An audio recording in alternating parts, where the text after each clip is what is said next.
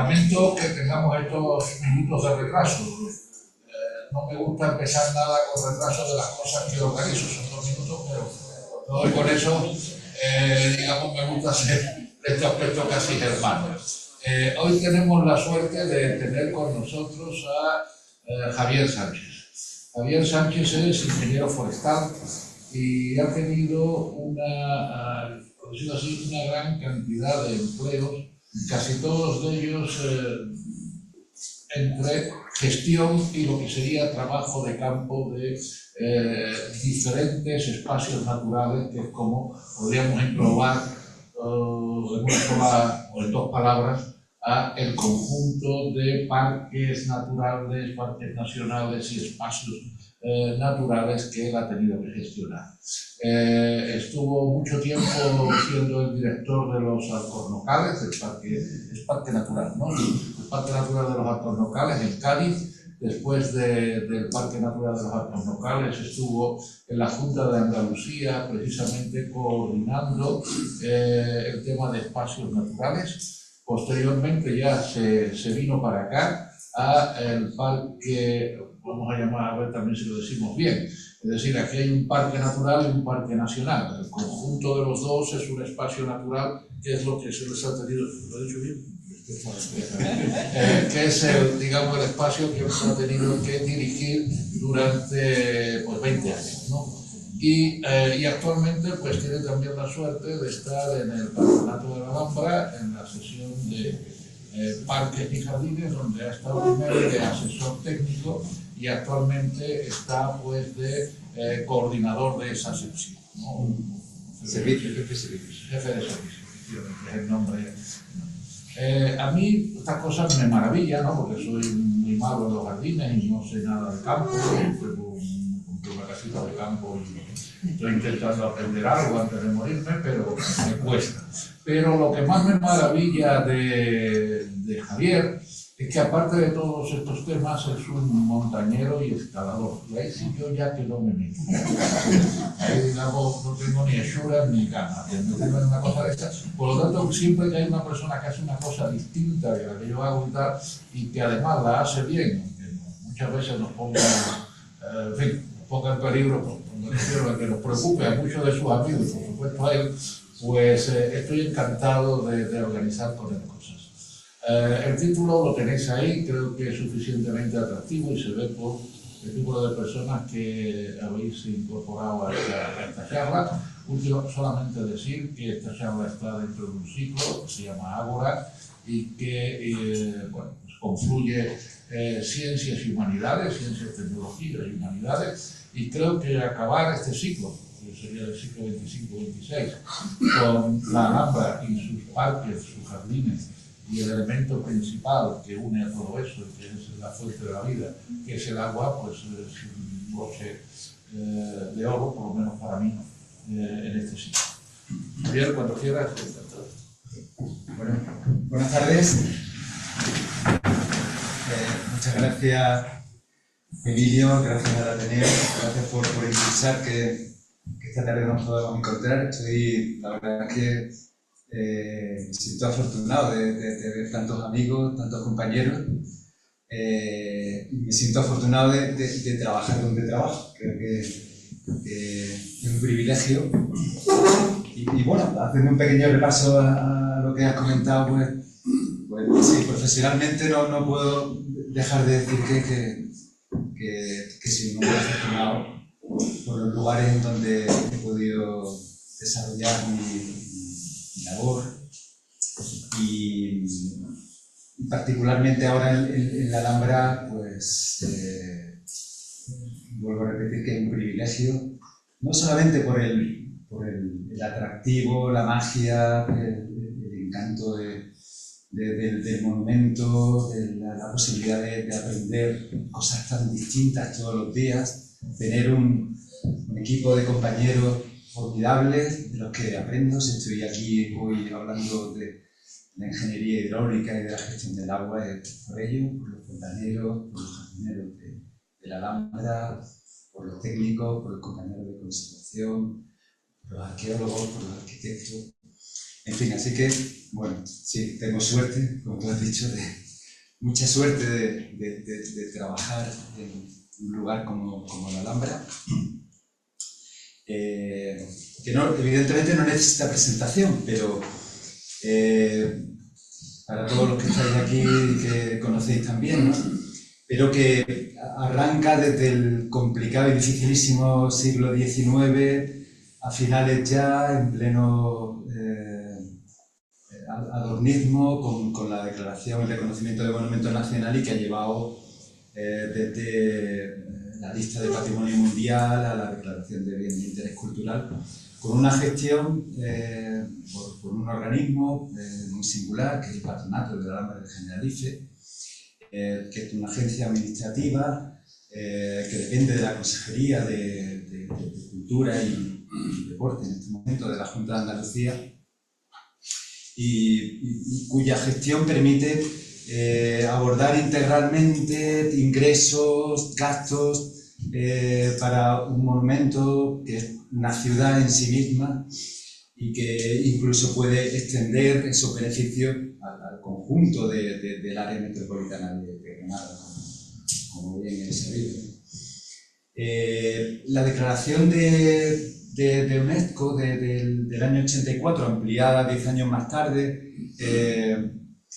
engloba pues, toda la colina de la Sabica con la Alhambra, con toda la vegetación, la Almunia del Generalife, ya en la ladera del Cerro del Sol, y incluye también el Albaicín al otro lado del Valle del Darro. Habla de tres criterios fundamentales de descripción: obra maestra de la creación humana, testimonio excepcional de una civilización, y ejemplo destacado de un conjunto arquitectónico, paisajístico. Todo ello en un mosaico en el que se une fortaleza amurallada, ciudad, palacio, almunia, finca de recreo y, por supuesto, si hablamos de patrimonio natural, intrínsecamente ligado a todo ello, en ese mosaico absolutamente extraordinario, agua, lo que vamos a hablar hoy, ¿no? Un aspecto conocido, pero quizá un poco menos conocido que otros elementos patrimoniales del monumento, ¿no? Jardines con más de 11 hectáreas, una colección realmente de jardines de distintas épocas, representativos desde los hispano-musulmanes hasta los renacentistas, románticos, modernistas. Casi 7 hectáreas de huertas, la finca en la Almunia, en el Generalife, y 15 hectáreas de arboledas alrededor, Comeres, Umbría del Generalife, San Pedro, que se prolongan hacia el Cerro del Sol a través de la dehesa del Generalife.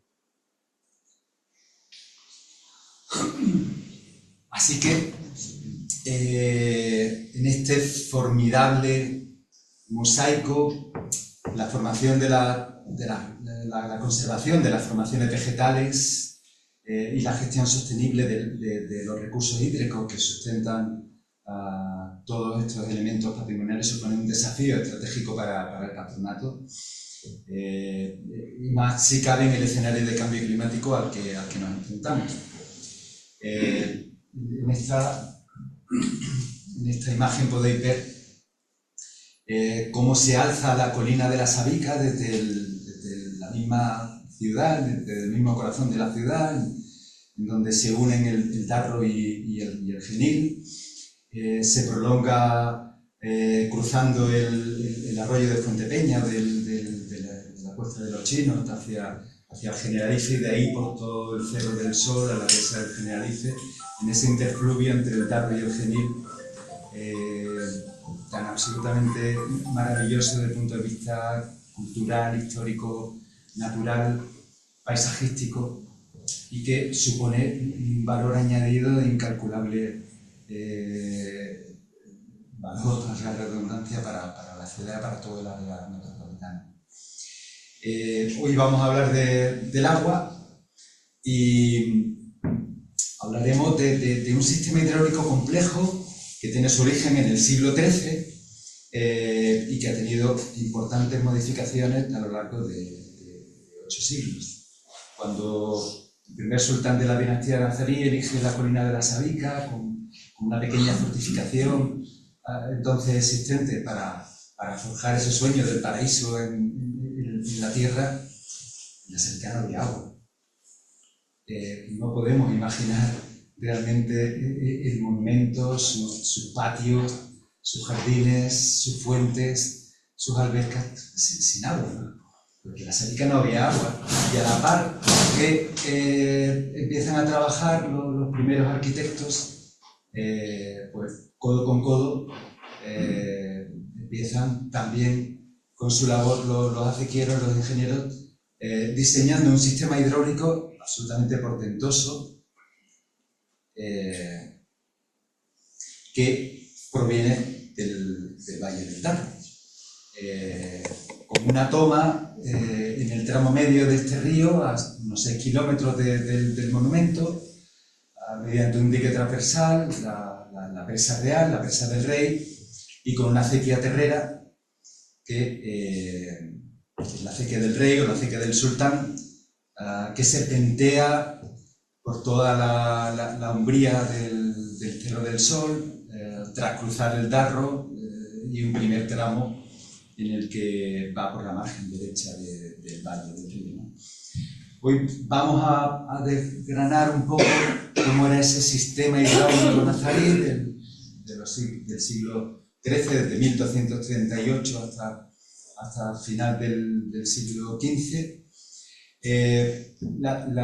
Cómo va decayendo todo ese sistema de traída de agua hasta prácticamente mitad del siglo XX, en el que se produce una reconfiguración bueno, que llega ya hasta nuestros días. Y finalmente, la tercera parte de mi intervención la dedicaré a reflexionar sobre los grandes desafíos que supone la gestión sostenible del agua, de los recursos hídricos en la Alhambra en el siglo XXI. Bueno, en esta maravillosa ilustración que preparó una arquitecta, Rocío Spin,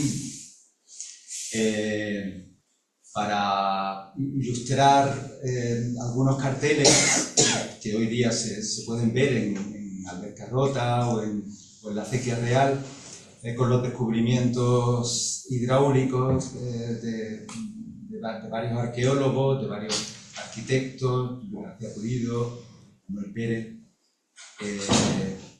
Podemos aprovechar para recrearnos con la imagen de ese serpenteo a lo largo de kilómetros de la Acequia del Rey, en un tramo restaurado, lo comentaremos, para poder llevar agua desde la cota 840 a la que se encuentra la presa del Rey, la presa real, hasta la entrada en el Generalife, la cota 795 aproximadamente. A partir del Generalife, cruzando el patio de la acequia, pues la acequia del Rey, pues va dando vida a huertas, jardines, fuentes, albercas, primero en el Generalife y después cruzando a través del acueducto y de la Torre del Agua hacia la Alhambra. Este sistema absolutamente portentoso no permitía regar los jardines, las huertas más elevadas del Generalife, porque a la cota a la que entraba, 795, se quedaba por debajo de alguna de esas zonas altas en torno de la huerta de Mercería, por ejemplo, ¿no? Y entonces se diseña un sistema con una noria de tiro de sangre que lleva el agua con un pozo de 17 metros de altura, que enlazaba con la acequia real, lleva el agua a un albercón, el albercón de las damas, o el albercón nazarí,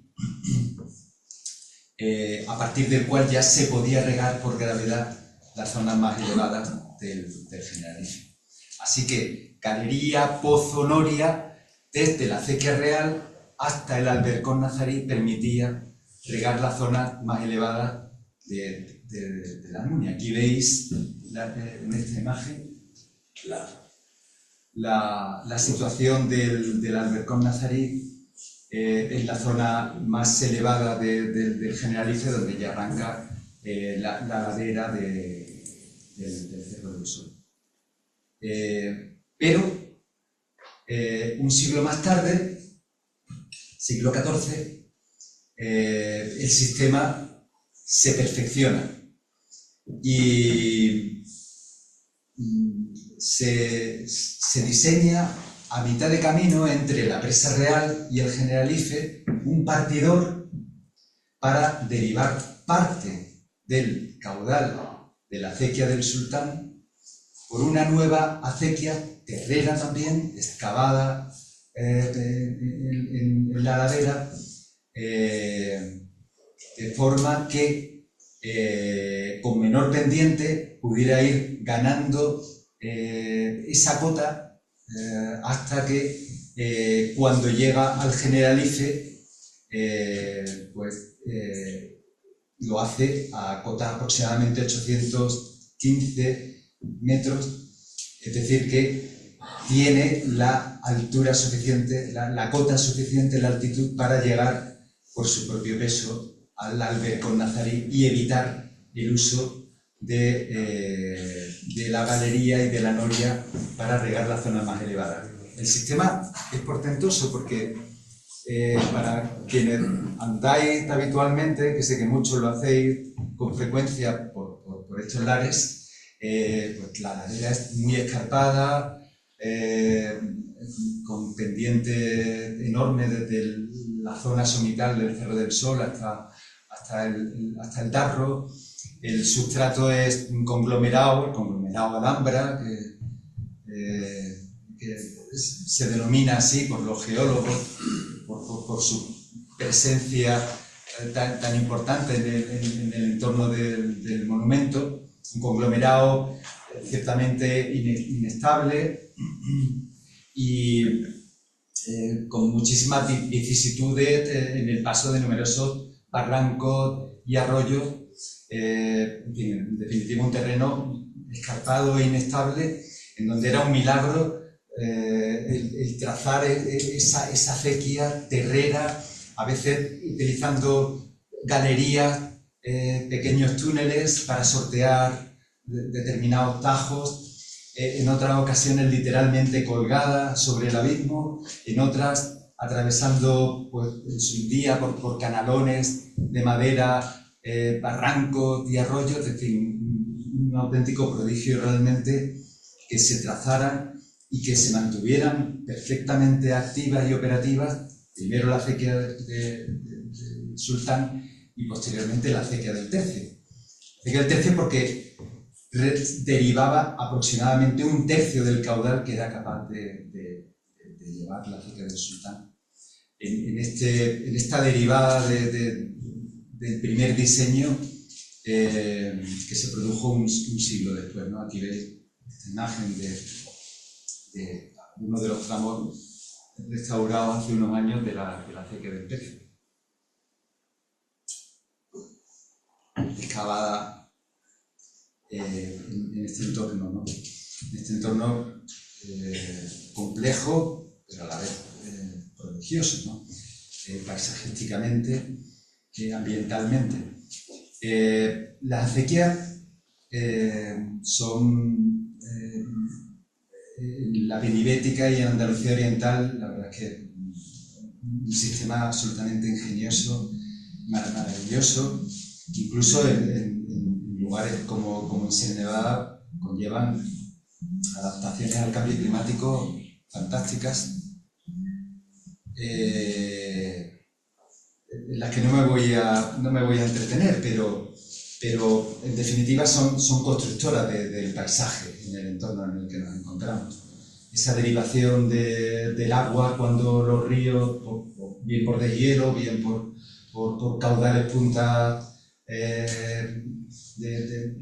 importantes y relevantes, esa derivación que realizan para distribuirla por la ladera y como bien he dicho, en algunos lugares incluso para darle lentitud al ciclo hidrológico, como bien nos cuenta nuestro amigo que está al final de la sala, Antonio Castillo, ¿no? Para darle lentitud al ciclo hidrológico a través de su circulación por los acuíferos al llevarlas a cima y luego aparecer en surgencias y en fuentes meses más tarde, es realmente una adaptación singularísima, absolutamente sabia al cambio climático en este entorno en el que nos encontramos a 37, 40 grados de latitud, tan cerquita del Mediterráneo, en la frontera del cambio climático, de los efectos, de los impactos del cambio climático. Algo muy importante sobre las acequias que no me gustaría dejar pasar, además de lo que he contado sobre las adaptaciones y lo importante que son desde el punto de vista ambiental para la agricultura, la ganadería, la biodiversidad, para las aves, para los anfibios, para los cultivos, las formaciones vegetales. En su construcción algo muy importante son las pendientes. Sí, imaginaros acequias excavadas, terreras, sobre una ladera, pues supone que gran pendiente supone más velocidad y supone problemas, evidentemente, frente a roturas, frente a desbordes, frente a erosión. Y pendientes muy cercanas a lo llano, pues supondría estancamientos, infiltraciones, deslizamientos, pero es sorprendente que a la acequia real, cuando medimos la pendiente media, pues llegamos a esa cifra que veis en este cuadro, ¿no? A algo más del 7 por 1000.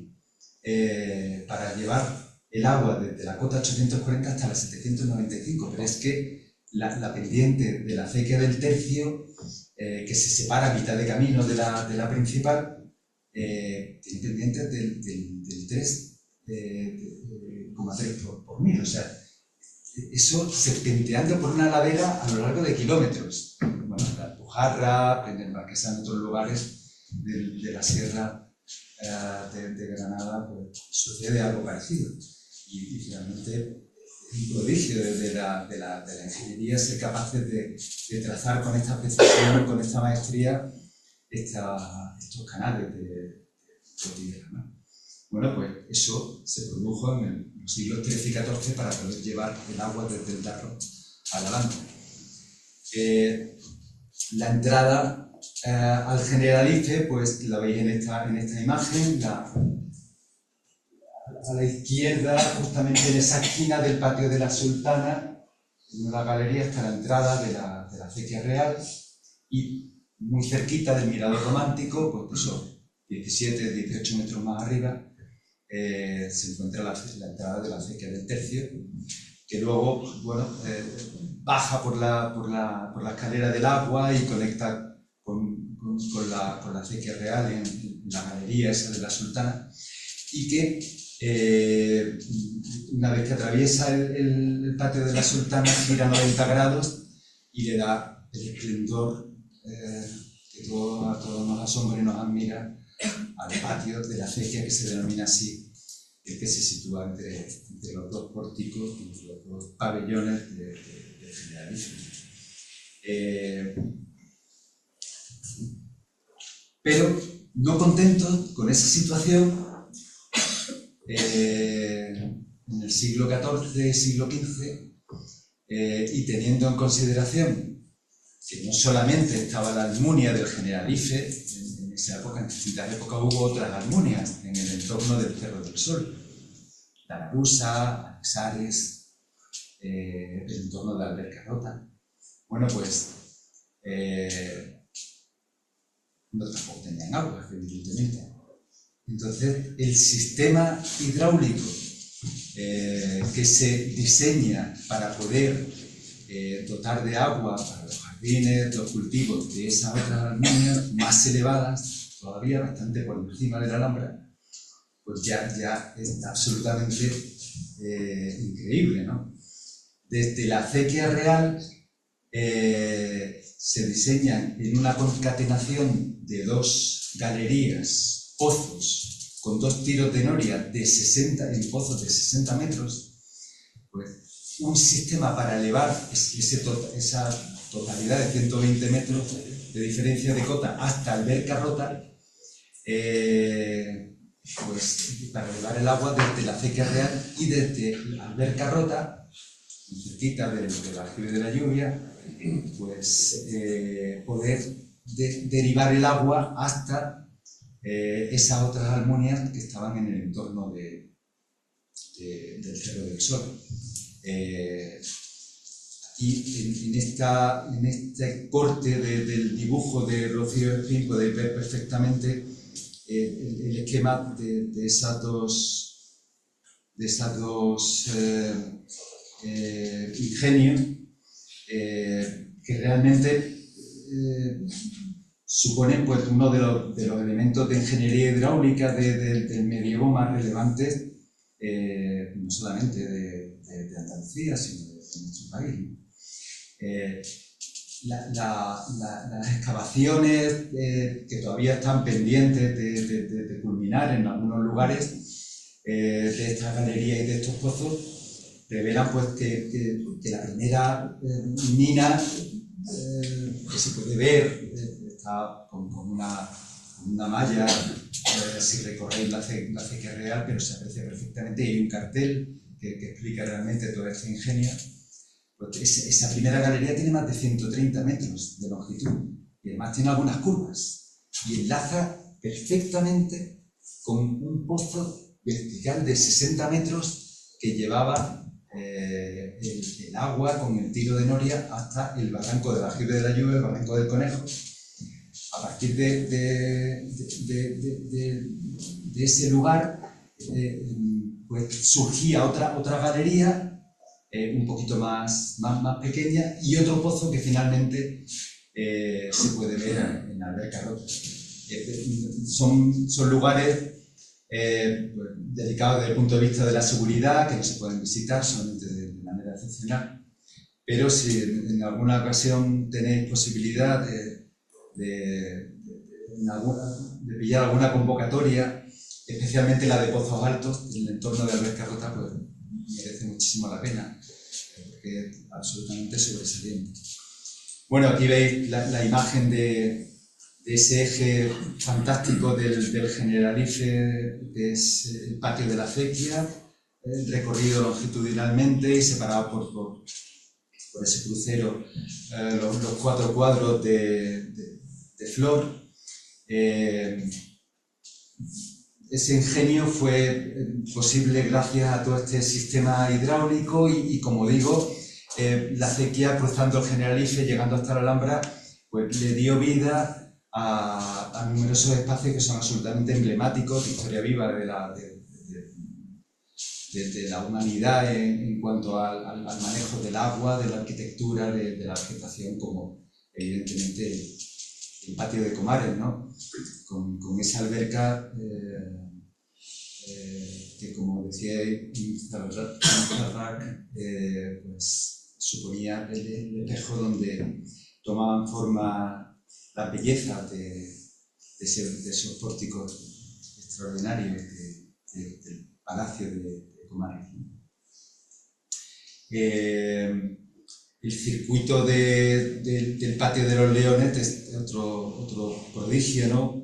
En cuya taza de la fuente principal pues también hay una serie de poemas absolutamente maravillosos, ¿no? del mismo poeta, de Manzarac. Tan semejante es lo que fluye a lo inerte que no sabemos cuál de ambos discurre, ¿no? Esa relación entre el mármol y el agua a través de los canalillos que no deja de asombrarnos a pesar de de que lo podamos ver cotidianamente o frecuentemente, ¿no? Bueno, este es el sistema hidráulico que permitió pues, este mosaico tan extraordinario que es nuestro monumento.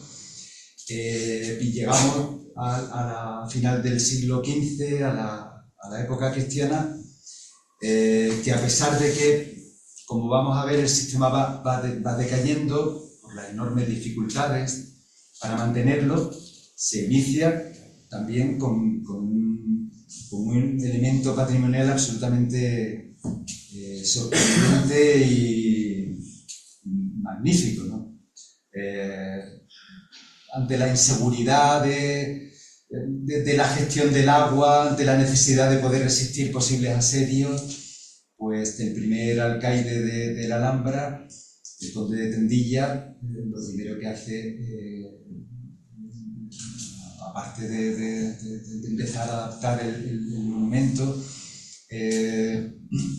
para los reyes, es prácticamente una catedral subterránea, un aljibe con 2 naves de casi 35 metros de longitud, conectada por puertas con arcos de medio punto,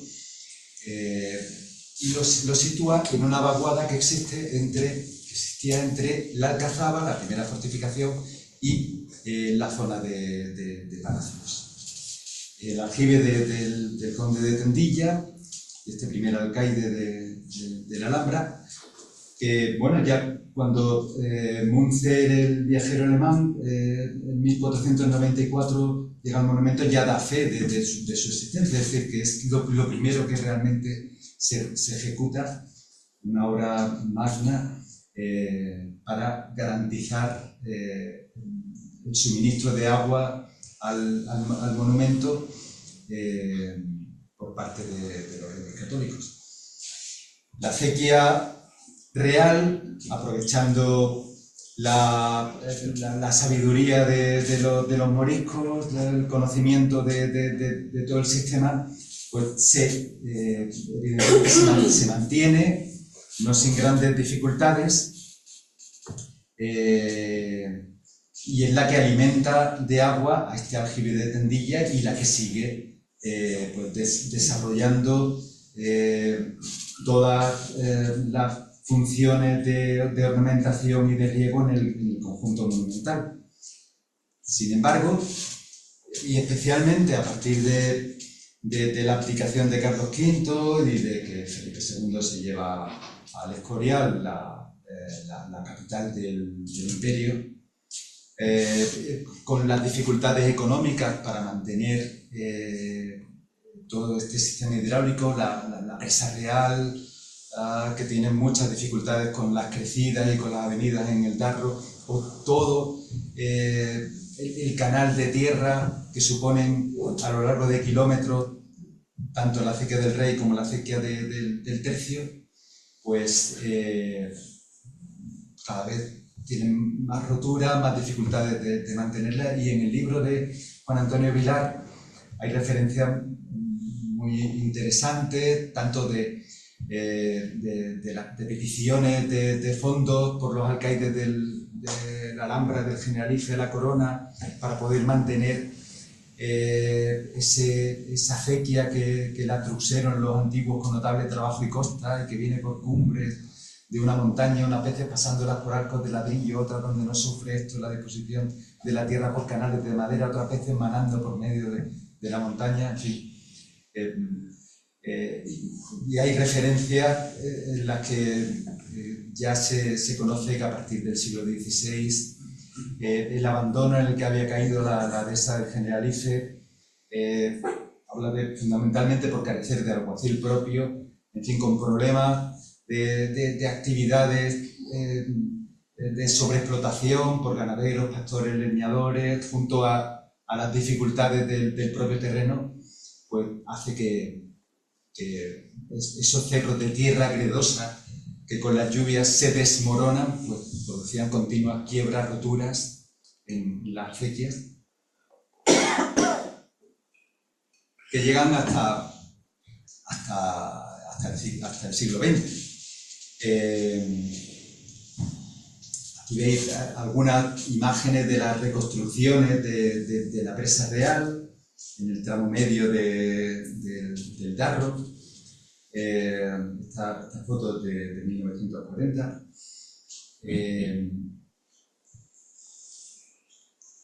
Se desarrollan distintos proyectos, actuaciones que permiten reconstruir la presa, que van rehaciendo las acequias, pero la situación se vuelve realmente insostenible. Y a mitad del siglo XX, en 1954, la Administración del Estado decide construir un canal prácticamente subterráneo desde la misma acequia real, utilizando también la misma zona para cruzar el Darro a través de un sifón muy cerca del molino que todavía se puede apreciar, intuir en la zona.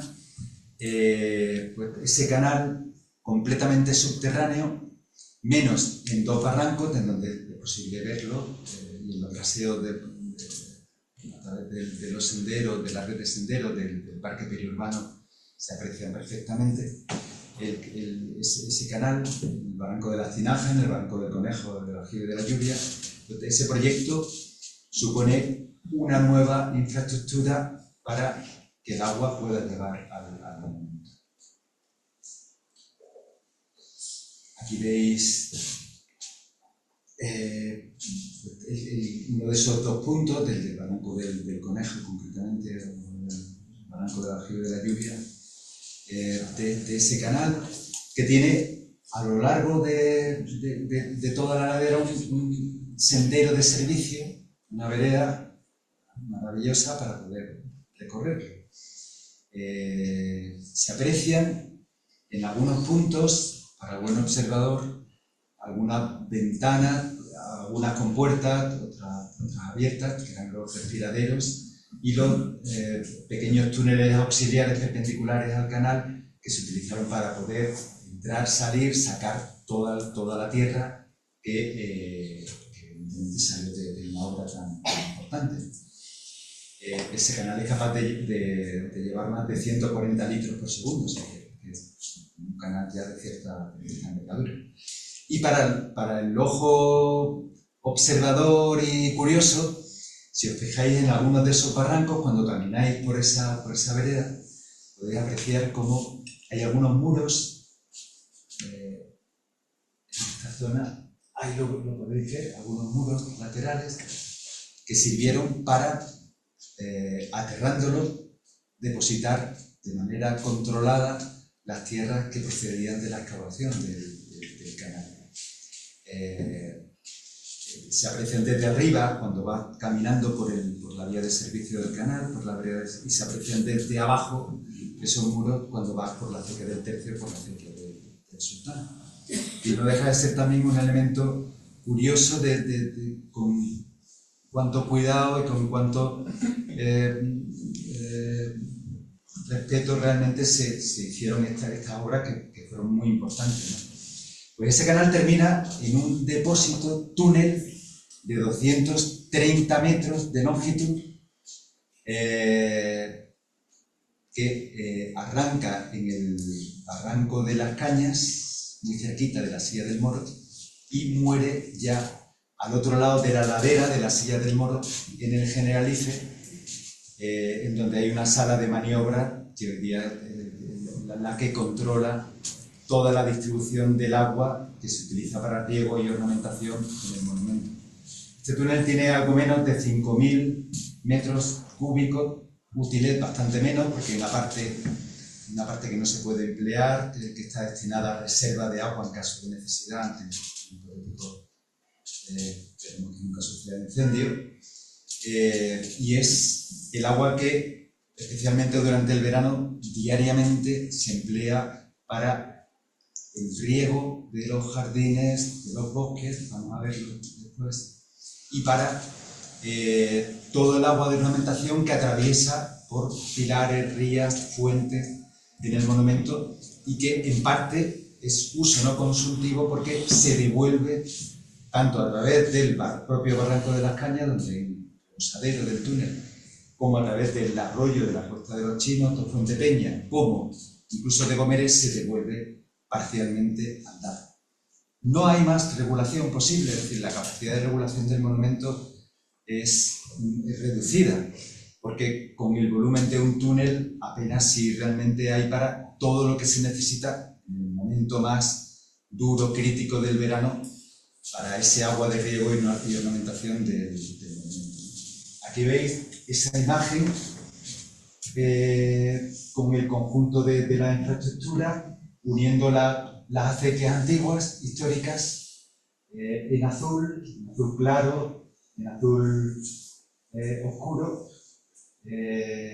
con los distintos elementos, barrancos transversales que van a parar al Darro, y en verde el trazado del canal hasta el túnel que comentamos, que se encuentra junto al Barranco de las Cañas. Aquí veis, en esta imagen, la entrada del agua en ese depósito túnel en el Barranco de las Cañas hacia el este, hacia el noreste y hacia el suroeste,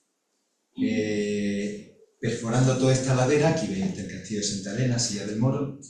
En estos 230 metros de longitud, la boca contraria del túnel, ya en el Generalife, en donde se sitúa una sala de maniobras.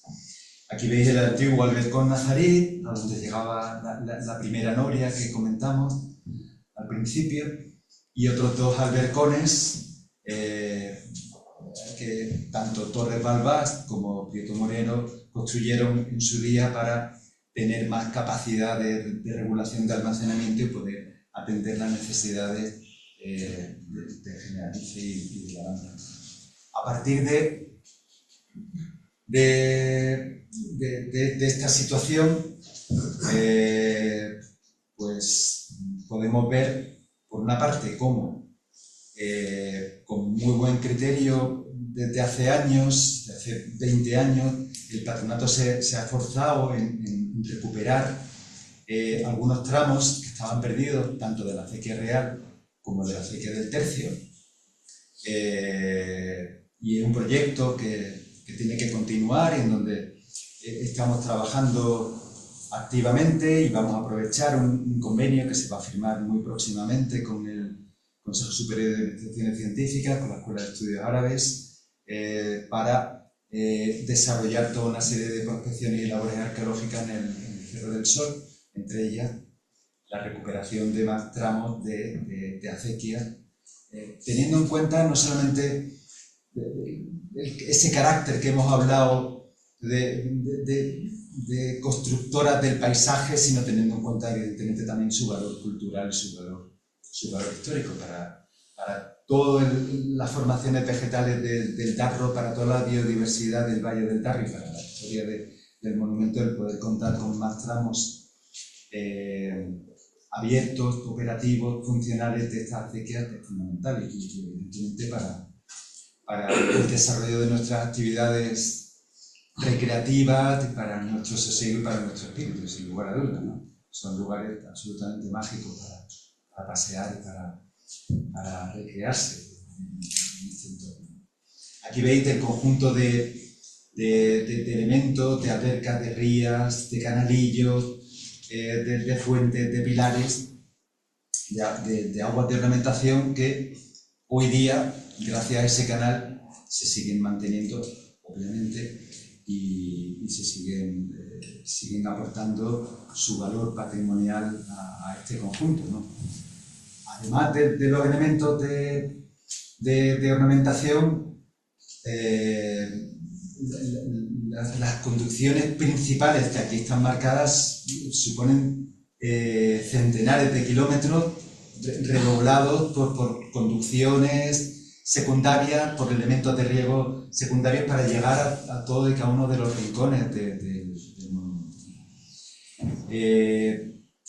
Todo parte de este lugar, de la presa real, como hemos comentado, que se ve al fondo de esa fotografía, que es la coronación del dique, y este es el primer canal desarenador, justamente antes de entrar ya en la conducción, en el canal que lleva el agua serpenteando hasta el Generalife. A final del siglo pasado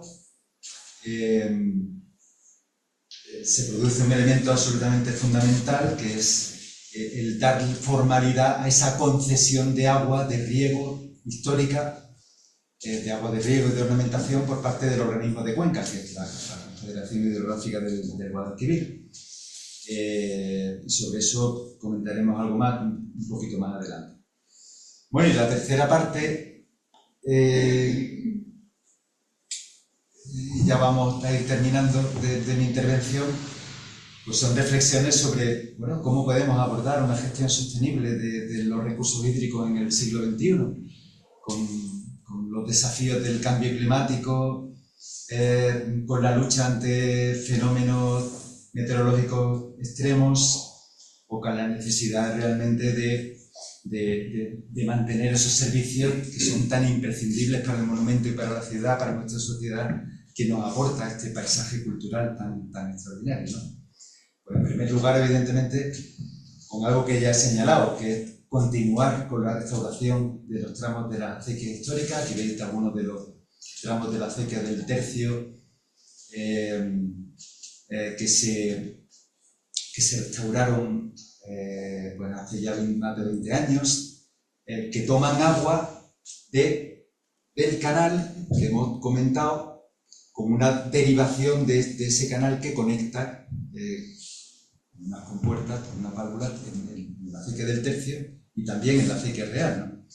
Aquí veis ya aproximándonos hacia el monumento, la vista de la Torre de Comares, entre la vegetación de la umbría del Generalife, en un paseo portentoso que es un lujo para los granadinos y para toda nuestra sociedad, ¿no?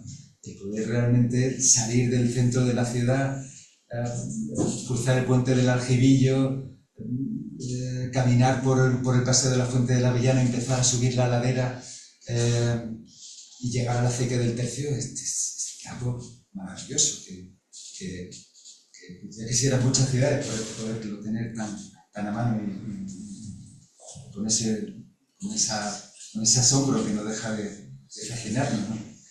Aquí veis algunos de los tramos más complejos de restaurar, que se hicieron también hace unos 10 años de la acequia real.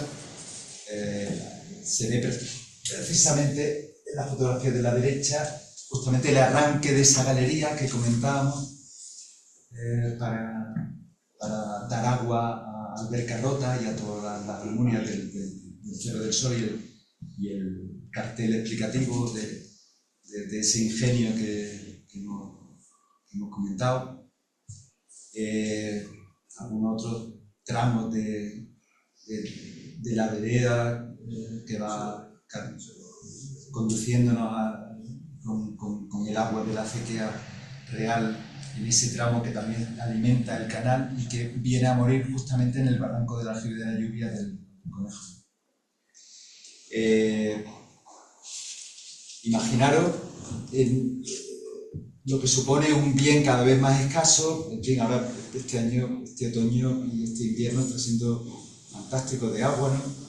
Pero desgraciadamente la tendencia a que puedan venir picos en un sentido y en otro, la tendencia siempre va a ser a la baja, desgraciadamente por el cambio climático. Por mucho que la mitigación pudiera hacer efecto, la inercia supone que vamos a tener décadas duras, ¿no? Entonces, en un río en el que hay beneficiarios aguas arriba de la toma de la presa real y que hay beneficiarios aguas abajo, la relación dentro con esos beneficiarios y con el organismo de Cuenca en la planificación hidrológica es fundamental en este escenario de escasez al que nos enfrentamos, ¿no? En eso se está trabajando con la Confederación Hidrográfica del Guadalquivir. Y se trabaja evidentemente también para atender a la imperiosa necesidad de compatibilizar la protección de elementos patrimoniales históricos sobresalientes con la necesidad de tecnificación para gestionar ese bien que cada vez es más escaso. Aquí veis las compuertas de la presa real que derivan el agua desde el Darro, y esta necesidad de tecnificación se sustancia en lo que venimos a denominar sistema de monitorización y control remoto. Aquí hay algunas personas que podrían hablar con mucha más propiedad que yo del sistema: Armando Ita, Rafa Frías, Ignacio Maza.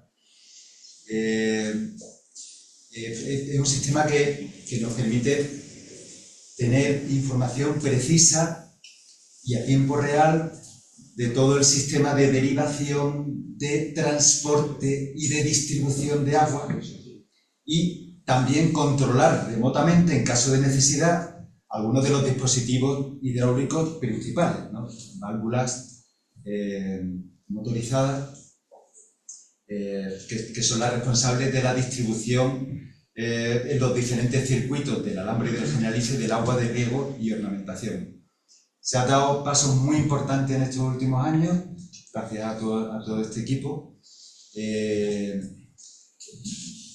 y gracias también a poder disponer en determinados lugares, evidentemente subterráneos, controlados, de dispositivos que nos permiten todo ese control remoto, que nos permiten limitar el suministro ante averías y fugas, que en una red donde se combinan tantos elementos, a veces tan poco documentados, algunos de ellos, y antiguos, con intervenciones que se han ido solapando a lo largo de los años. En fin, pues contar por ejemplo, con caudalímetros especiales que cortan el flujo del agua cuando hay determinadas averías que podrían llegar a ser problemáticas, en un entorno además monumental, en un entorno de ladera, que pueden tener problemas con procesos erosivos. Es decir,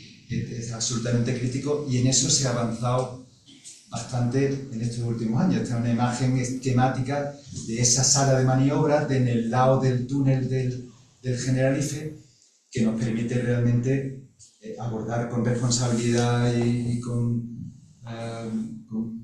garantía este aprovechamiento de agua, ¿no? Si el bien es escaso, regar tantas superficies de jardines, de bosques, de arboledas, pues supone también un desafío, ¿no? Y más cuando cada vez las olas de calor en muchos veranos son muy relevantes, ¿no? Eso se traduce en la elaboración de cartas de riego, en los que, bueno, José Carlos Ávila, que está aquí, Amelia Garrido y otros compañeros están trabajando profusamente, Antonio Ángel Salido, para regar en lugar de asentimiento con fundamento.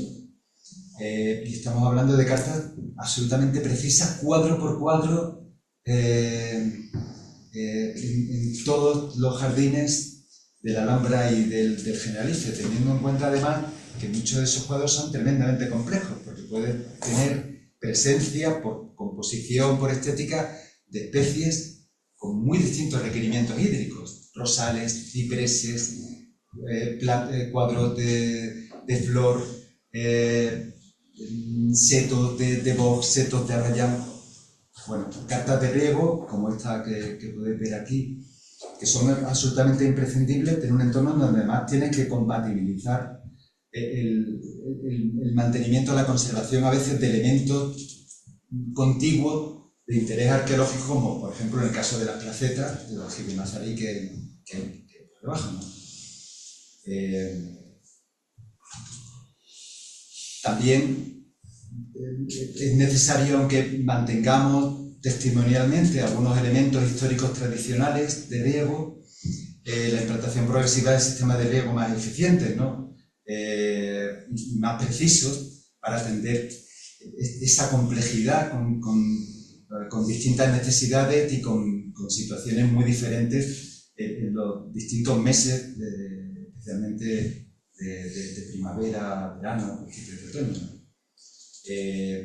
Así que los antiguos sistemas de riego a manta van pasando a ser testimoniales, aunque evidentemente se mantienen atanores y se mantienen en algunos lugares ese tipo de riegos, como por ejemplo en las huertas, ¿no? En las huertas, más de 6 hectáreas, La Grande, Colorada, La Mercería, Fuentepeña, que son tan importantes para mantener ese acervo histórico tradicional nazarí, tanto con técnicas de riego como técnicas de distintos cultivos para mantener pues colecciones vivas, por ejemplo de granados, de vides, en donde los riegos a manta, los riegos por surcos, por caballones, se mantienen junto con las acequias, los distintos tablares, las distintas zaratas, ¿no?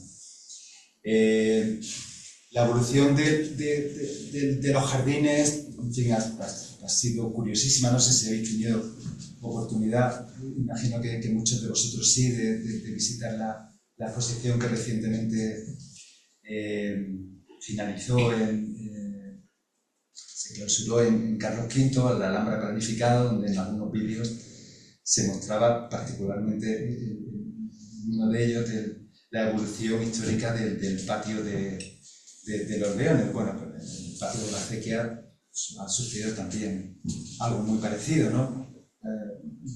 Como bien sabéis, estaba en manos privadas hasta hace poco más de un siglo, y con las distintas tendencias y gustos de las distintas épocas, pues ha tenido situaciones muy dispares. Cuando finalmente pasa, después del acuerdo económico con la propiedad, a manos públicas, pues se desarrollaron diversos proyectos, como este de Laredo, del 1922, para la renovación de las tuberías, es decir, que supuso la renovación de los riegos.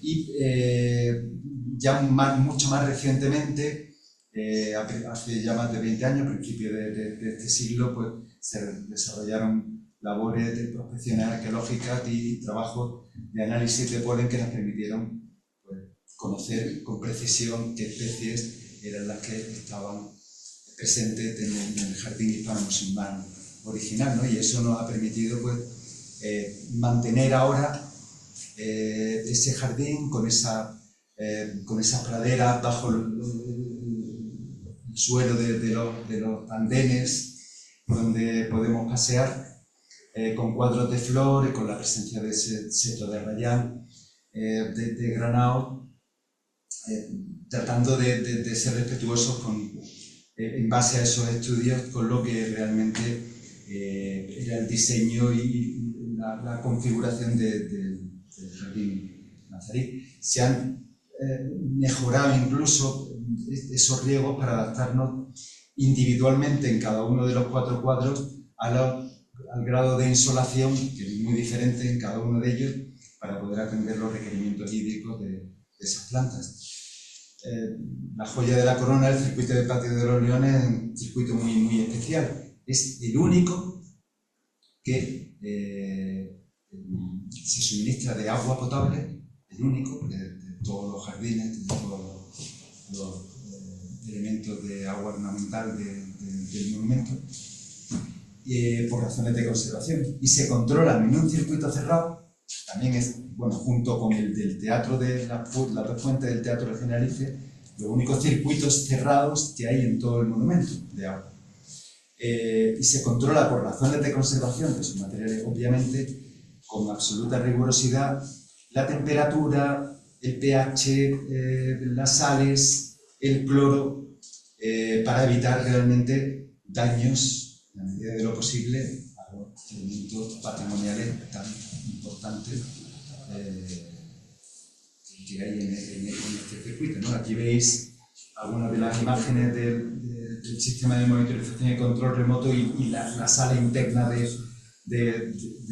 control de ese circuito cerrado que seguía por esta serie de elementos de control de los dispositivos, los que he hecho mención antes, ¿no? El de Arrayanes, el circuito de Arrayanes es bastante singular y mucho menos tecnificado, nada tecnificado, a pesar de las dificultades que supone poder mantener caudales, requerimientos de caudal muy diferentes, como los que se necesitan para la alberca, el llenado de la alberca y el rebose a través de los 4 aliviaderos de las esquinas, los surtidores, que tienen que ser un remanso,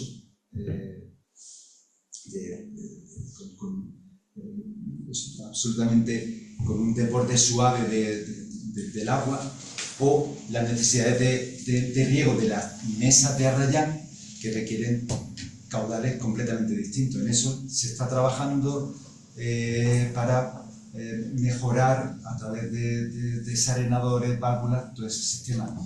Y entramos en otro elemento bastante singular, lo que hemos venido a denominar gestión sostenible del agua en la Alhambra. Y es que en buena parte, 30 cuerpos de agua, si no me falla la memoria, de estas albercas, rías, no se utilizan elementos químicos para el mantenimiento. Y seguimos las lecciones que nos da la naturaleza a través de un proceso que denominamos naturalización de espacios acuáticos para el mantenimiento de esos cuerpos de agua, de esas albercas, de esas rías,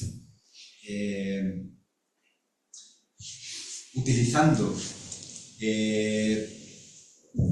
plantas acuáticas que actúan como filtro verde, fundamentalmente el nenúfares, que es más habitual,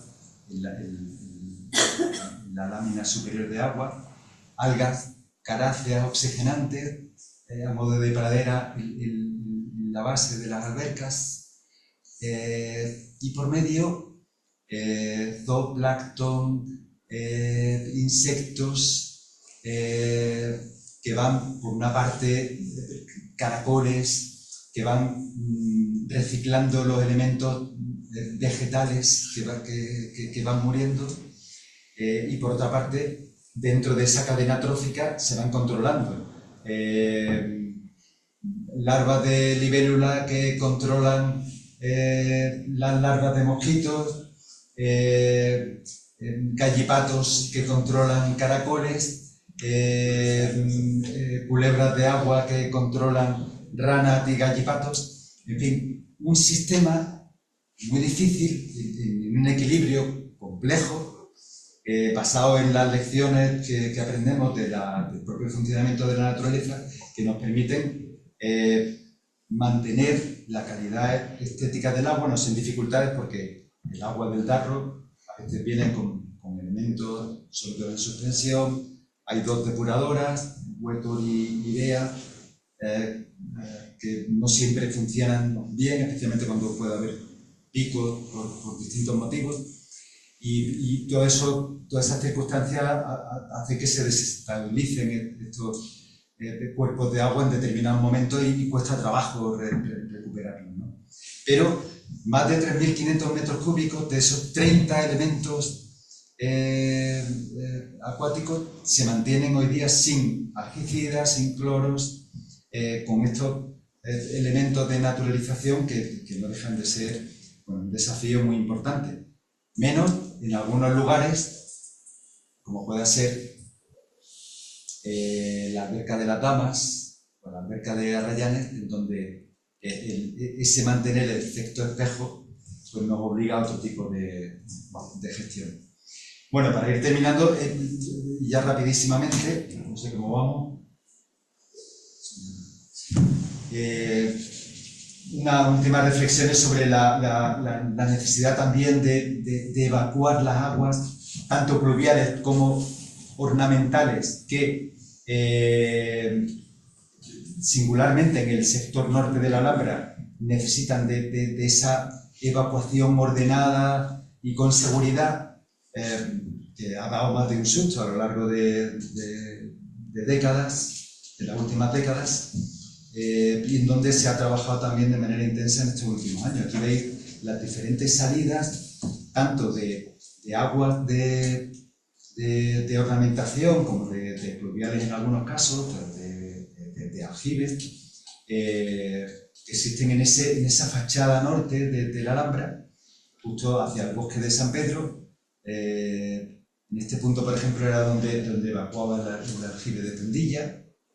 Recuerdo que nuestro querido amigo Jesús Bermúdez me comentaba que su padre le decía que cuando desaguaba el aljibe de Tendilla era un espectáculo desde el Albaicín, por las cascadas de agua, es decir, debía ser un desagüe bastante turbulento. Tan es así que el barranco de las Chirimías llegó a romper la cerca de la Alhambra en la parte que limita justamente con la parcela municipal, antes de fluir hacia el Narro, ¿no? Ese punto junto a la Torre de la Gallina, donde el aljibe de Tendilla, que se encuentra aquí debajo, desaguaba y ya está vacío.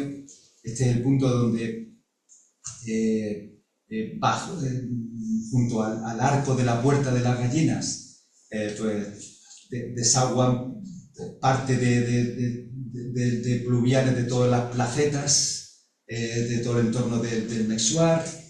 Por este punto, junto a la Torre de Comares, desagua Fuente del Cuarto Dorado y parte de la alberca de Rayanes. En esta gárgola, bajo el patio de la Higuera, desagua a Rayanes, gran parte de Rayanes, y la que está al lado, pues gran parte de todos los elementos ornamentales del Partal.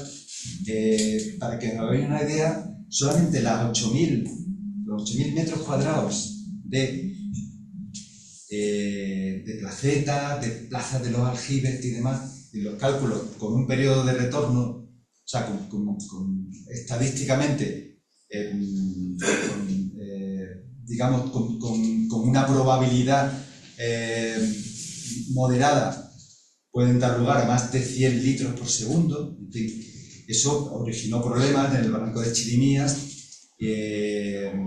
y se ha trabajado para que esa evacuación pueda ser ordenada, y se ha decidido, después de diversas actuaciones en el arroyo de la Puerta de los Chinos, donde hubo también problemas en estos últimos años, pues la evacuación ordenada a través de una acequia y de una conducción subterránea que lleva hasta la cascada del arroyo de la Puerta de los Chinos. Así que salida de estos flujos de una manera controlada, con seguridad para las personas, para los bienes, con capacidad de respuesta ante situaciones adversas, que desgraciadamente van a ser cada vez más frecuentes, y con integración paisajística, un trabajo que se viene desarrollando en estos últimos años. Para poder realmente, en la suma de todo esto que estamos comentando, pues mantener este mosaico tan extraordinario, con esa heterogeneidad espacial y con esa diversidad funcional, histórica, cultural, tan sobresaliente, ¿no? Bosques, arboledas, jardines, huertas, espacios acuáticos, que tienen que hacer frente a circunstancias a veces extremas, ¿no? Por los rigores del cambio climático, ¿no? Las olas de calor, las lluvias intensas, en fin, hay efectos observados y predecibles a lo largo de la experiencia de estas últimas décadas, que, bueno, fácilmente podemos realmente en una reflexión y con el conocimiento técnico y científico que se atesora ya, pues podemos poner sobre la mesa cómo puede incidir sobre el agua, sobre la biodiversidad, cómo determinados eventos catastróficos, los incendios, podrían realmente afectar al monumento, a su entorno, o cómo, por ejemplo, pueden condicionar la visita pública, ¿no? En el caso de los incendios forestales, es una realidad. El Cerro del Sol, desgraciadamente, tanto por la vertiente de Cenes, de La Lancha, como por la vertiente norte hacia la Fuente de la Avellana, en un lugar donde históricamente en estos últimos años ha habido incendios, ¿no? Por diversos motivos, por negligencia. El caso es que la Alhambra dispone de un plan de prevención de incendios forestales aprobado por la Consejería competente en Medio Ambiente, que supone pues, que parte de esos bosques que rodean el monumento se riegan, tienen una composición vegetal diferente a la que podrían tener por las condiciones de precipitación, de temperatura, de la estación en la que se encuentran, y en donde un incendio podría propagarse con mucha más dificultad, pero además disponen de una red de aspersores que se han mostrado ya, desgraciadamente, bueno, pero afortunadamente, eficaces ante la desgracia de algunos de los incendios que se han producido y que se han podido detener gracias a esa infraestructura, ¿no?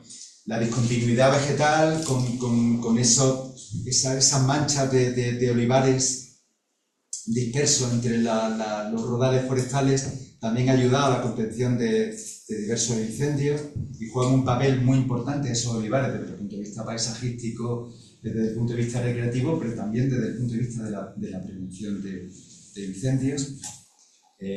Aquí veis algunos de este incendio, creo que fue hace 3 años, salió del paseo de la Fuente de la Avellana y casi llegó a la acequia del Tercio, y se pudo contener en esa línea precisamente de aspersión del bosque de la Umbría del General.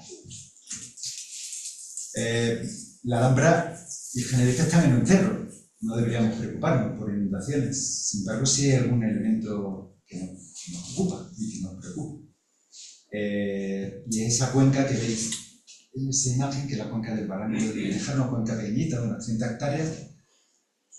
Cuando atravesáis la barrera del camino de la Silla del Moro, pasáis por un pequeño pontón, es ese Barranco del Tejar, que nace un poquito más arriba,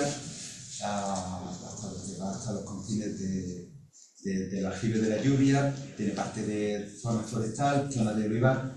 Bueno, tiene bastante pendiente y se puede comportar en caso de lluvias muy intensas de una manera torrencial. Y ese Barranco del Tejar muere en esta infraestructura que veis aquí, lo que denominamos el ovoide, que es un canal, un cauce completamente cerrado, 2 metros de altura aproximadamente, que atraviesa todo el parque y toda la zona de Taquillas hasta morir en el arroyo de Fontepeña o de la Costa de los Chinos. Es un punto que nos ocupa y bueno, que nos obliga a unas pautas y unos protocolos de limpieza y a tener una especial atención ante la posible circunstancia de lluvias muy intensas, ¿no? Las lluvias muy intensas también hacen que nos preocupemos de la contención, de la estabilización de laderas, de conglomerado Alhambra, o laderas muy pendientes, utilizando elementos de bioingeniería o en otros lugares, como la Costa de los Chinos, pues, elementos de contención, de geotecnia, o incluso con los trabajos de bioconsolidación, aprovechando las bacterias naturales que existen en ese conglomerado Alhambra para generar, de manera experimental todavía, cementos, en fin, elementos que nos permitan contener el conocido Tajo de San Pedro. Las condiciones para la visita también se alteran ante todos estos fenómenos meteorológicos extremos, ¿no? Y cuando plantamos árboles, cuando desarrollamos estos elementos vegetales alrededor de todo el monumento, no solamente estamos facilitando aire limpio para nuestros pulmones, te estamos conteniendo procesos erosivos, te estamos facilitando que el sumidero del carbono que desgraciadamente produce el efecto invernadero, estamos conteniendo también elementos contaminantes del entorno como el área metropolitana de Granada, que desgraciadamente es algo que nos preocupa, ¿no? Y estamos realmente facilitando un refugio climático y un entorno que aporta infinidad de servicios para el monumento y para la ciudad. En este contexto y con todo lo que hemos comentado a lo largo de la charla, no podemos dejar de reseñar lo importantísimo que es, y es un elemento absolutamente crucial de pasado, de presente y de futuro, el lograr una convivencia satisfactoria entre arquitectura, vegetación, agua, biodiversidad. Y es algo a que el patronato lleva dedicándose con mucha intensidad y con mucha ocupación fuerte muchos años, ¿no? Así que, bueno, con esta imagen de este paseo de Gomérez y siendo consciente del papel tan fundamental que desempeña el agua y la vida que genera el agua en el monumento, en nuestros jardines, en nuestras arboledas, pues doy las gracias y quedo a vuestra disposición.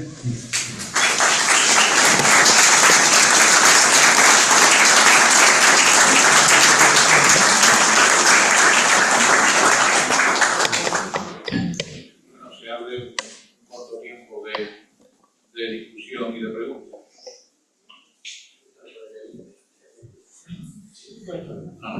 Marta, ha sido lo primero. Bueno, muchas gracias, Javier, por tu estupenda y magnífica lección y el despliegue de información. Me alegro mucho que en los últimos años se haya consolidado un equipo que permita llevar a cabo un trabajo de conservación, control y de riesgo y sobre todo de día a día, ¿no? Del conjunto monumental.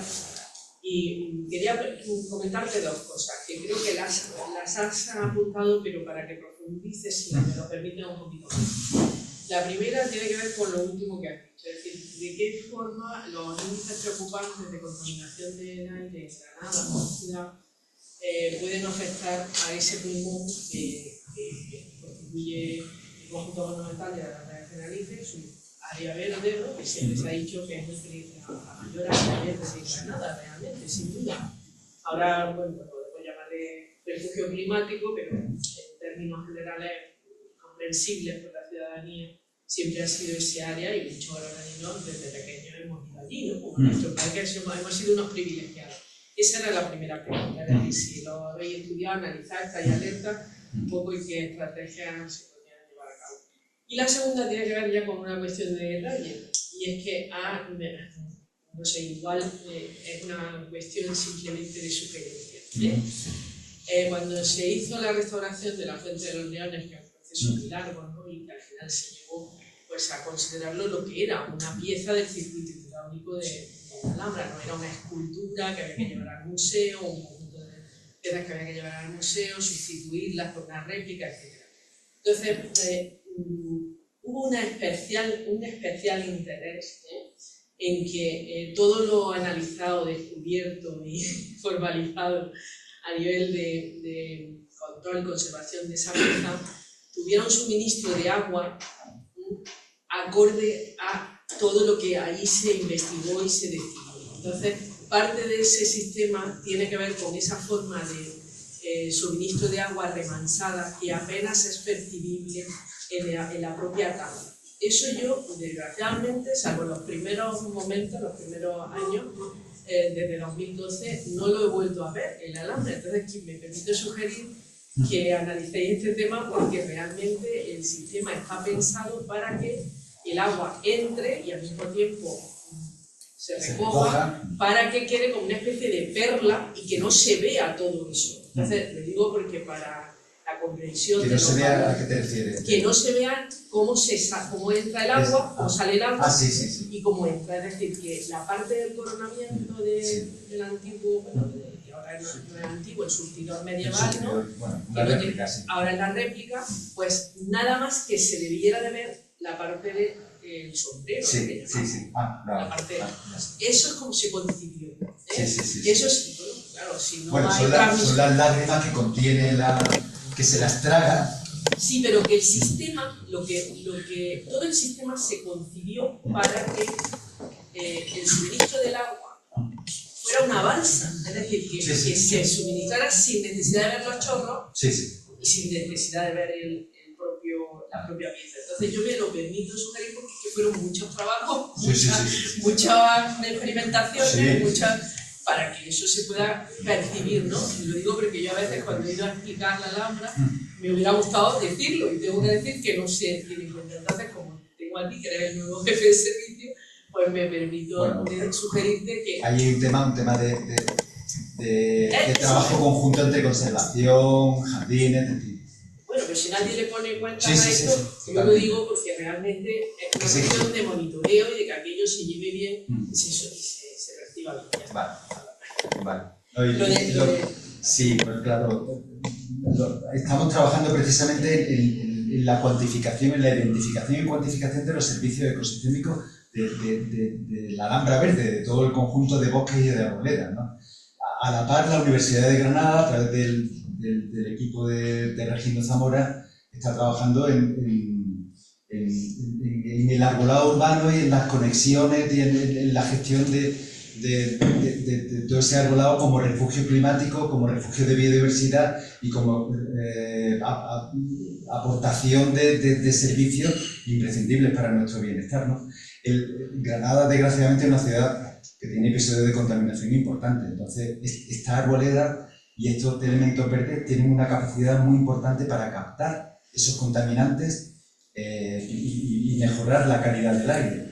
Razón de más para esforzarse en mantenerlo, en jugar con esa diversidad, tanto en el estrato arbóreo como en el arbustivo, en el subarbustivo, y además esta historia, y lo conoces perfectamente, que esos elementos contaminantes afectan a la arquitectura, ¿no? La Puerta de la Granada, el Pilar de Carlos V, en fin, total, que un elemento de trabajo importante y una de las razones principales para mantener en buen estado de salud estos elementos de los bosques que rodean a la Alhambra, sin lugar a dudas. Maribel, curar estos esfuerzos también. Ahora vamos a Maribel y te pasamos a ti, Rafa. Bueno, muchas gracias. Muy agradecida por tu conferencia, que la he visto muy pedagógica y de una temática que la mayoría de los que estamos aquí pues no conocemos muy poco. Quería apuntarte una cuestión. Que dado que ha sido muy pedagógica, habría que saber quiénes son estos ingenieros granadinos que han hecho esta magnífica obra hidráulica. Es que no se les nombra nunca. Entonces queda ahí como había unos señores, unos sultanes. ¿Te refieres en época medieval? Sí, lo que hicieron los ingenieros granadinos, nazaríes, que hicieron ese obrón. ¿Se sabe algo? No te puedo decir, no tengo referencia de nombres. No sé si Mar podría... Siempre es quien lo promueve, es decir, los sultanes... Se habla de los sultanes de Muhammad I, pero luego no se sabe quiénes eran realmente los acequieros. Bueno, en la cédula, en época ya cristiana sí que hay cédulas de regulación de las acequias, en fin, lo hemos hablado, que eso daría también para bastante... de las cesiones históricas de esas acequias, la comunidad de herederos del Tarro, cómo llegaba a Realejo y sigue llegando, en fin. El caso es que en esas cédulas sí que, y en esas referencias sí que hay algunos otros nombres de los acequieres, de las personas que mantuvieron. Pero bueno, siempre evidentemente pasa por lo que eran los responsables, o lo que eran los alcaides. En fin, he citado. Yo he leído, y con esto termino Sí. para dar paso, he leído que Mohammed I se trajo ingenieros de Siria, de Persia, de diferentes lugares. Seguro. Pero tiene que haber una documentación, aunque esté en árabe, Sí. porque hay arabistas que deben dedicarse a ello. Y bueno, era esa cuestión, y que fueron todos, desde Mohammed I hasta Mohammed V, Sí, sí. al que llamaba el arquitecto, el sultán arquitecto, porque iba siempre con los pliegos de las obras que hacían por aquí. Entonces, bueno, es una reivindicación histórica que se nombren al menos a estos sultanes, ingenieros, y porque son granadinos y porque esta es Granada, ciudad de la Alhambra, y nada más y nada menos. Muchas gracias. Bueno, gracias por tu conferencia, Javier. Me encanta escucharte y me encanta que se reivindique la Alhambra desconocida. Qué lástima que estemos tan pocos aquí. Somos bastantes, pero no suficientes, porque tú has hablado, desgraciadamente, de la gran hermana pobre de la Alhambra. Es decir, no sé si se habrá hecho alguna vez una encuesta sociológica, pero yo sí que he hecho alguna encuesta intuitiva escuchando a la gente, y yo creo que si se hiciera una encuesta cuantitativa, el 95% de los que van a la Alhambra piensan que el agua viene de Sierra Nevada. Es decir, hay un desconocimiento absoluto. Es decir, yo, Así es. en la parte puramente personal que he enseñado la Alhambra pocas de veces, lo primero que tiene que decir a la gente es que el agua está fresquita, pero no viene de la sierra. Pues. Entonces, es lamentable, y bueno, yo sé que estáis haciendo todo lo posible, y llevo muchos años hablando de esto con mucha gente relacionada con la sección de la Alhambra, ¿no? El desconocimiento tan absoluto que hay del tema del agua. Es que no hay monumentos si no hay agua, y si no sabemos ni siquiera de dónde viene el agua, lo que cuesta el agua, cómo se gestiona el agua, etcétera, etcétera. Entonces, esto no habría que hacerlo aquí en el Ateneo, habría que hacerlo en un campo de fútbol y llevar en primer lugar a los granadinos, a ver si se enteran ya de una vez de dónde viene el agua de ellos. Pero bueno, aparte de esta reflexión más general, un par de curiosidades, una tontería quizás.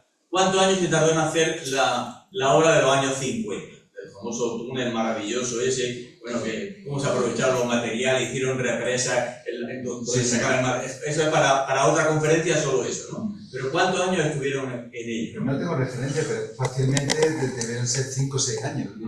No sé si alguno de mis compañeros que están aquí tienen idea exacta, pero 5 o 6 años fácilmente, sí, seguro. Bueno, una segunda cuestión. Yo soy granadino. No solamente fue el canal, fue excavar el túnel también. El túnel de... por supuesto. Bueno, la segunda cuestión, como granadino que soy, que vivo todavía de las referencias míticas de la Fuente del Avellano, yo no voy a reivindicar ahora que por la Fuente del Avellano o por las fuentes del Avellano salga el agua proveniente de la acequia real y de los restos. Pero me da un poco de pena ir a la Fuente del Avellano y ver, aunque sean aguas potables, que la fuente está absolutamente seca y hay una fuente que está muy moderna y muy bien con el chorrito para... No sé si en relación a esto es posible, ni siquiera si es deseable, pero yo creo que se podría poner un chorro de agua en la Fuente del Avellano, aunque fuera por pensar en Ganivet, ¿no? Y aparte de que haya un chorro de agua potable, no cuesta tanto, me parece, pero bueno, no sé si es una sugerencia o una tontería lo que estoy diciendo, pero... Me parece muy pertinente. De hecho, bueno, seguramente conforme vayamos avanzando en la restauración de nuevos tramos de la acequia real y de la acequia del Tercio, pues lo hemos visto en algún episodio puntual, ¿no? Cómo ha habido una relación, bueno, aprovechando que está aquí Sergio Marto, que es el director del INE en Granada, seguramente podremos trabajar juntos para establecer esos vínculos, pero en algún momento sí que se ha visto que algunos de los resúmenes,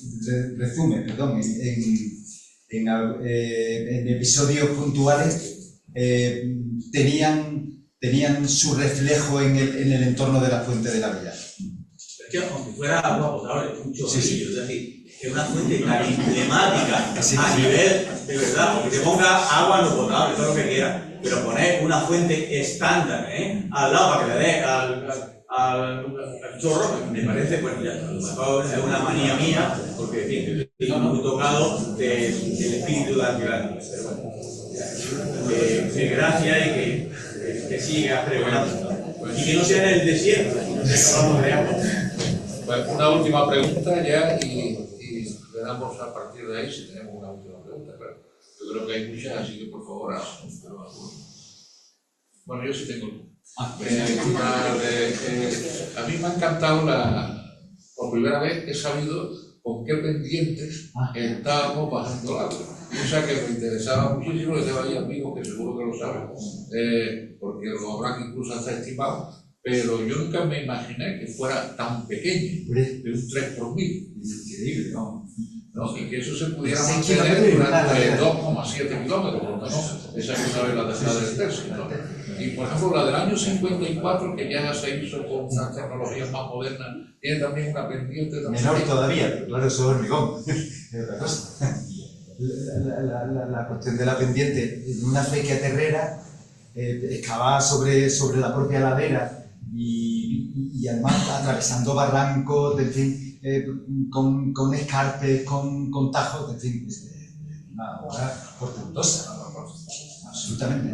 De esas hay muchas, en fin, algunos de los que están aquí, Antonio, Sergio, hay muchas en el entorno de las sierras peribéticas que son obras maestras, sin duda. Es decir, que ellos tenían que tener, yo no soy, digamos, pues, estudios arábicos de ningún tipo, pero o sea, debía de haber por lo menos una serie de libros y de una tecnología muy bien desarrollada de cómo hacer acequias, así que sería todo el sistema de riego, ¿no? O sea, que no debía de ser ¿Cómo hacer acequias?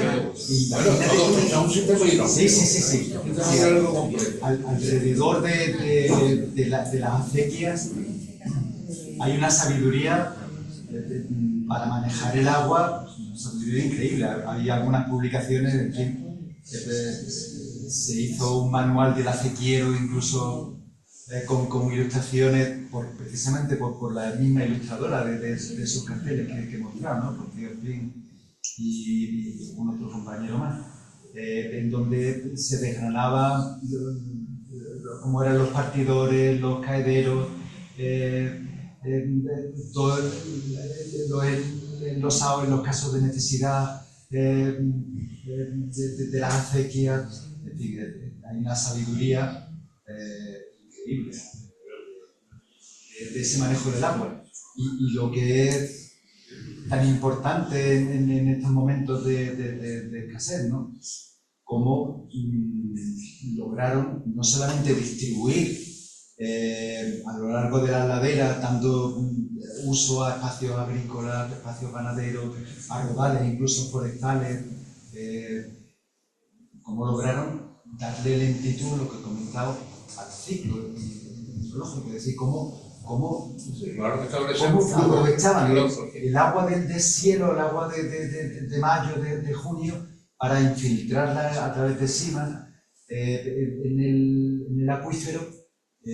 No tiene acuíferos muy importantes en Nevada, no, en la zona alta, que no es metamórfica, no es caliza, pero sí que ese agua, después de circular por esos acuíferos, aparecía en surgencia en fuentes y manantiales 2 y 3 meses más tarde, es decir, cuando más se necesitaba, julio-agosto, permitía el abastecimiento de agua a los pueblos, permitía la agricultura, permitía la ganadería, corregir algunos corregir. Bueno, pues le damos las gracias, digamos, a Javier por este interesantísimo.